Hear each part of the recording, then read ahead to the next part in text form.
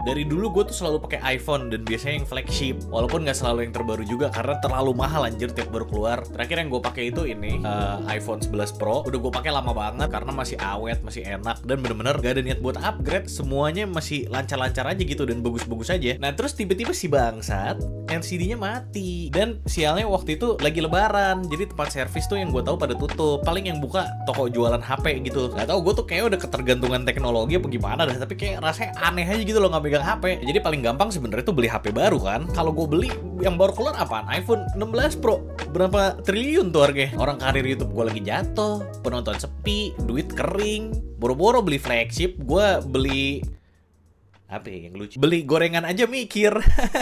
GPT nggak lucu anjing. Kagak sanggup gue beli iPhone baru. Akhirnya gue mikir, anjing kalau servis ini kan habisnya sejutaan ya.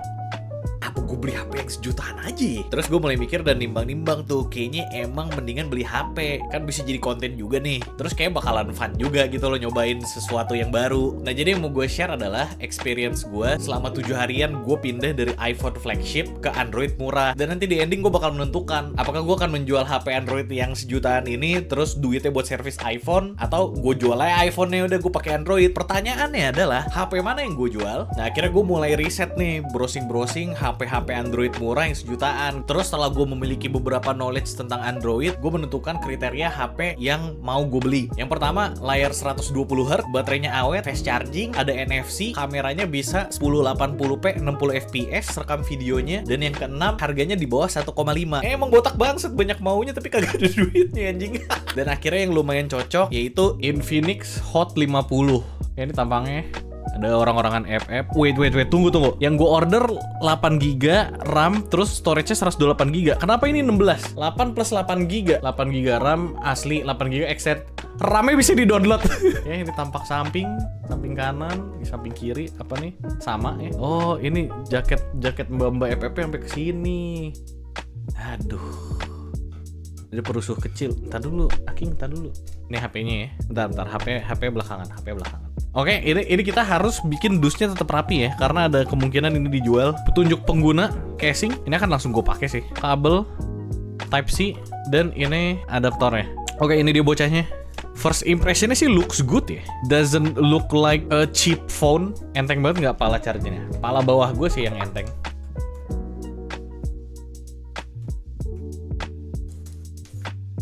Anjay, ya tidak terlihat murah sih.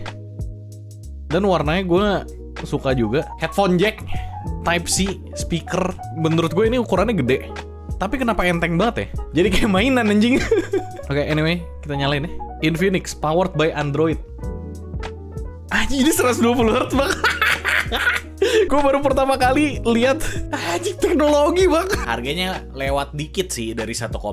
Cuman tick all the boxes dan masuk toleransi gue lah. Bedanya kayak 100.000 gitu. Nah gue biasa pakai HP gue sehari-hari buat main catur, nontonin brand road di reel, terus nonton YouTube, Netflix, chatting di WhatsApp. Setelah gue pakai nih HP, semua yang gue lakukan di iPhone gue sangat-sangat lancar dan experience-nya lebih menyenangkan di sini. Baterainya juga irit. Sempet gue 2 hari nggak ngecas, mesti nyala. Gue jadi heran anjing, selama ini ngapain beli HP mahal-mahal nih, HP sejutaan udah kayak gini levelnya. Ini beneran udah menuhin semua kebutuhan gue. Nah tapi ini nggak yang sesempurna itu juga, banyak kurangnya. Yang noticeable menurut gue, yang pertama kamera dan video. Gue bingung jelasin secara teknikalnya gimana. Gue nggak ngerti, tapi rasanya kayak kurangnya gitu loh. Apalagi buat story, kurang. Tapi untungnya gue jarang upload story yang gue ngerekam gue ngomong atau gimana sih. Jadi ya paling kameranya gue pakai buat foto-fotoin kucing, buat kirim ke pacar gue, dan aman banget buat kebutuhan itu. Terus kekurangan selanjutnya adalah speaker. Suara speakernya jelek banget. Pas volumenya kecil kagak kedengeran. Gue gedein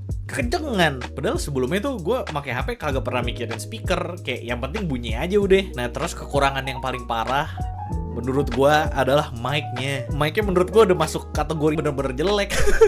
Cuman ya masih kedengeran, masih gue ngomong apa masih jelas, masih kedengeran. Terus kalau mau nitpicking banget, OS-nya gue kagak suka tampangnya sih. Cuman kagak ngaruh juga sih sebenarnya. Nah tapi dari semua kekurangan yang gue sebutin, ada satu hal yang bisa nge-counter itu semua. Itu ketika gue ngerasain kekurangannya, gue coba bisa mengingat dalam hati dan gue mengelus dada gue bersabar bilang, "Bang, ini HP sejutaan bang."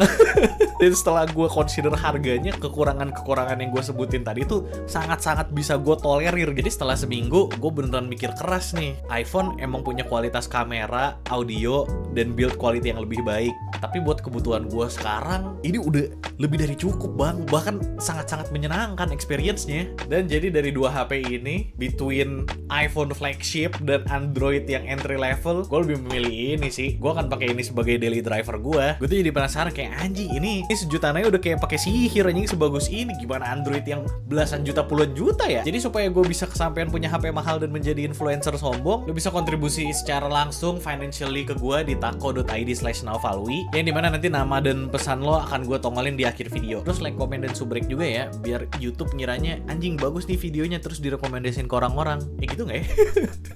Gitu sih kayaknya ya. Jadi tolong ya. Starts in the ovary of a hen, where the yolk begins to develop.